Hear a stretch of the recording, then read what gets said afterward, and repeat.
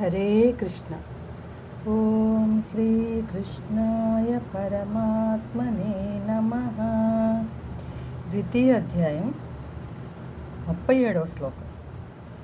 హతో వా ప్రాప్స్యసి స్వర్గం జిత్వా వా భోక్ష్యసే మహీం తస్మాదుత్తిష్ట కౌంతేయ యుద్ధాయ కృతనిశ్చయః యుద్ధాయ కృతనిశ్చయః. భగవానుడు అర్జునుడితో, రణరంగమున మరణించినచో నీకు వీరస్వర్గం ప్రాప్తిస్తుంది, యుద్ధమున జయించినచో రాజ్యభోగాల్ని అనుభవిస్తావు. కనుక కృతనిశ్చయుడివై యుద్ధమునకు లెమ్ము. నువ్వు వీరుడివై ఇలా పిరికివాడిగా ఉండొద్దు. ఏదైనా నీ మంచికి. గెలిస్తే రాజ్యభోగాలు అనుభవిస్తావు. ఒకవేళ అపజయం కానీ కలిగితే, యుద్ధమున మరణిస్తే వీరస్వర్గం వస్తుంది. ఏదైనా మంచిది. దీన్ని మన అర్థంలో అనువదించుకుంటే, పిల్లలు ఏదైనా గేమ్లో పార్టిసిపేట్ చేసినప్పుడు గెలుస్తానో లేదో అని గేమ్కి వెళ్ళడమే మానేస్తారు కొంతమంది. ఎందుకని అలా ఆలోచిస్తారు? వాళ్ళలో అవేర్నెస్ తేవాలి, చెప్పాలి పెద్దవాళ్ళం మనం. ఒకరు విన్నర్ అవుతారు, ఒకరు రన్నర్ అవుతారు. అందరూ గెలవరు కదా. ఆటలో పార్టిసిపేట్ చేస్తున్నామా లేదా మనం, అదే కావాలి. అంతేగాని గెలుస్తానో లేదో అని ఆట ఆడటమే మానేస్తే ఎలా? ఇప్పుడు స్వాతంత్ర్యోద్యమానికి ఎంతమంది ప్రాణాలు అర్పించారు? మనకి స్వాతంత్ర్యం వచ్చింది మన దేశానికి. స్వాతంత్ర్యం వస్తుందో లేదో, ప్రాణాలు పోతాయి అని మానేస్తే స్వాతంత్ర్యం వచ్చేదా? ఈ రోజుకి కూడా అలాగే పరాయి వాళ్ళ పాలనలో ఉండేవాళ్ళం. ఎంతోమంది చనిపోయారు, ఉరికంబాలు ఎక్కారు. ఎంతోమంది జైలు పాలయ్యారు. ఎంతోమంది అవయవాలు పోగొట్టుకున్నారు. తర్వాత ఎన్ని సంవత్సరాలకు వచ్చింది మనకి స్వాతంత్ర్యం.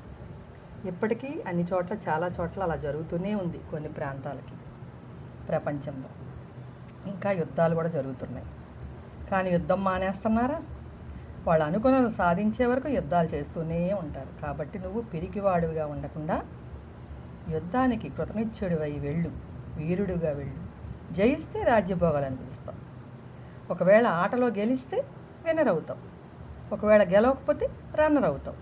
లేదా ఆటలో పార్టిసిపేట్ చేసామన్న తృప్తి మిగులుతుంది.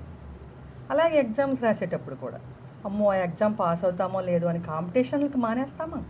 కాంపిటీషన్లకు అన్నిటికీ వెళ్ళాలి. అన్నిటికీ వెళ్తే మనకి నాలెడ్జ్ వస్తుంది.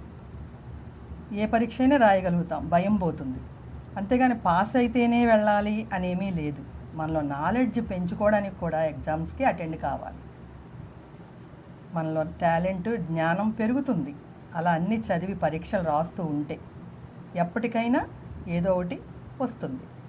విన్నర్ అన్న అవుతావు, రన్నర్ అన్న అవుతావు, లేదా జ్ఞానం పొందుతావు. అంతేగాని అసలు చేయడమే మానేస్తే భూమి ఆగిపోయినట్టు అవుతుంది. భూమి తన చుట్టూ తాను తిరుగుతుంది, సూర్యుని చుట్టూ తిరుగుతుంది. ఆపిందా? ఎన్ని జరుగుతున్నాయి భూమికి? ఎంత ఇదిగా భూమిని మనం ఇచ్చేస్తున్నాం. అయినా సరే అది ఆగిందా? అది ఆగితే మనం అందరం సమాధి అయిపోతాం. అందులో ఏమీ ఉండదు. సృష్టి అంతమవుతుంది. కాబట్టి నీ పని నువ్వు చేయి అని చెప్పి భగవానుడు అర్జునుడితో చెప్పాడు. దాన్ని మనం అలా అర్థంలో అనువదించుకోవాలి.